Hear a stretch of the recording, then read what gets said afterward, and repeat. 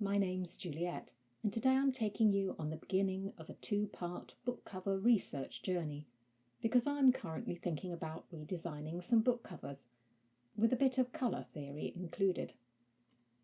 This is not only relevant to those creating their own book covers, but to anyone asking a designer to do this for them. Book cover design tends to follow the theory of colour perception in general. So black is serious, white is pure. Let's just ignore that neither of those are considered actual colours but shades.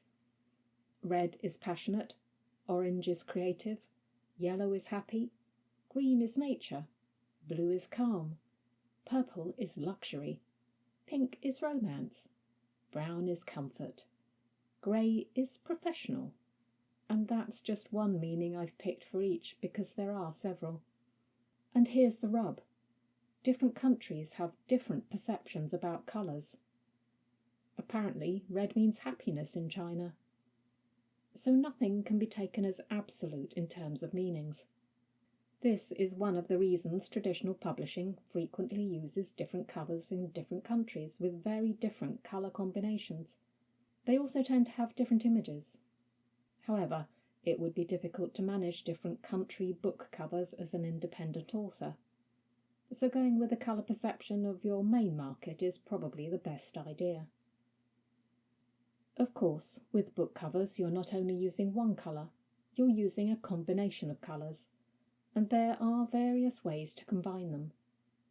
You've probably all seen a colour wheel, where you have the three primary colours as the main points, and all the colour mixes in between, like this art one of mine, which is very old, battered and faded in places, but does the job. Let's think about the two most well-known colour theories. First, there are complementary colours. These are the ones that are opposite to each other on the colour wheel. So you might pair blue and orange together, or red and green. Then you have analogous colours, which are ones that are next to each other on the wheel. Because these colours are very close to each other, they also work well together. And on the back of this wheel, it also gives me suggested colour combinations. If the colours you want to use don't fit within one of these two rules, you do have to be careful, because sometimes colour combinations can distort your perspective, and even hurt your eyes. Bright red is very good at doing that, and it isn't likely to be an effect you want, unless you're looking to shock, and even then you probably want something that has a little more harmony. But before you choose those colour combinations, you also need to think about your book's genre. These have their norms too.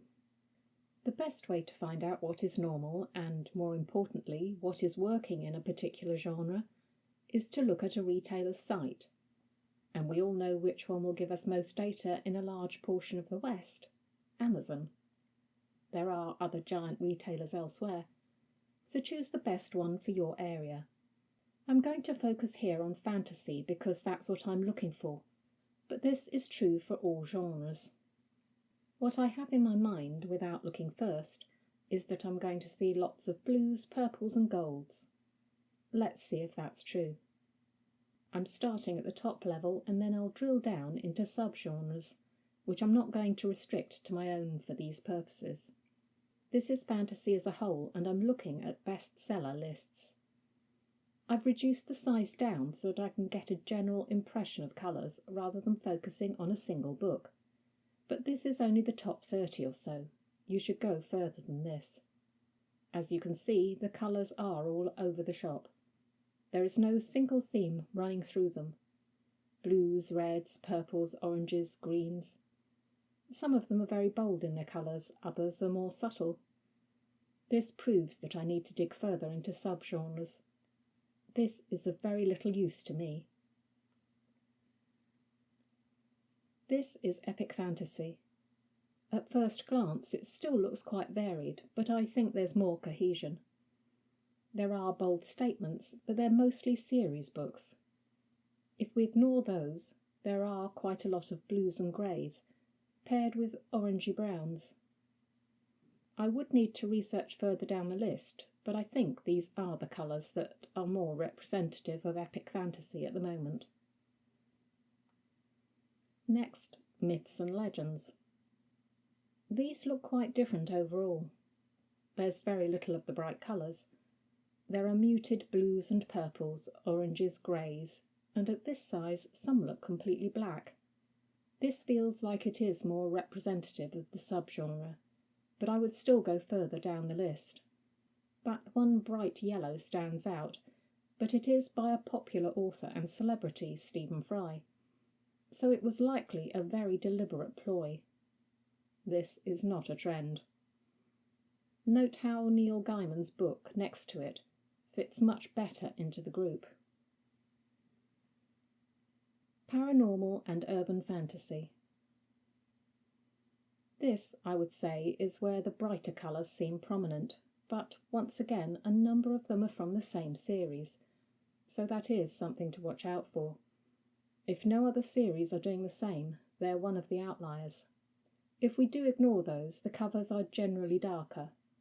Blues, greens and purples seem prominent. This is dark fantasy, and there's a lot of dark. Some of these as thumbnails almost look black. So dark fantasy is literally dark, with only small pops of colour, and those colours are quite variable, but tend towards what look like browns, blues and oranges. And finally, this is sword and sorcery. I would expect this to be very similar to epic fantasy, but in those first 30 or so books, it isn't. Orange and gold are quite widely used. There are a few pockets of blues and greens. Some of the colours are strong, but mainly they're bold, but not really bright. As you can see, there are definite differences between the subgenres, even looking at a small proportion of the covers. So what are the takeaways? Do think about colour theory and colour combinations when considering your colours. These are important, but understand that they may not work well for all countries you're selling to. When looking at a major retailer for ideas, drill down into your specific book category as far as you can. If you don't, you could choose something that doesn't work well for your readers. When looking at the examples, zoom out for a general impression. If you see things that don't match, zoom in and check to see if they're from the same series. That can distort your view, and you definitely need to go further down the list. Consider outliers, but if no other book is doing anything even vaguely similar, maybe don't take that risk. And once you've chosen the colours, then look at the elements included. That's next Sunday's video, and it will be here once it's published.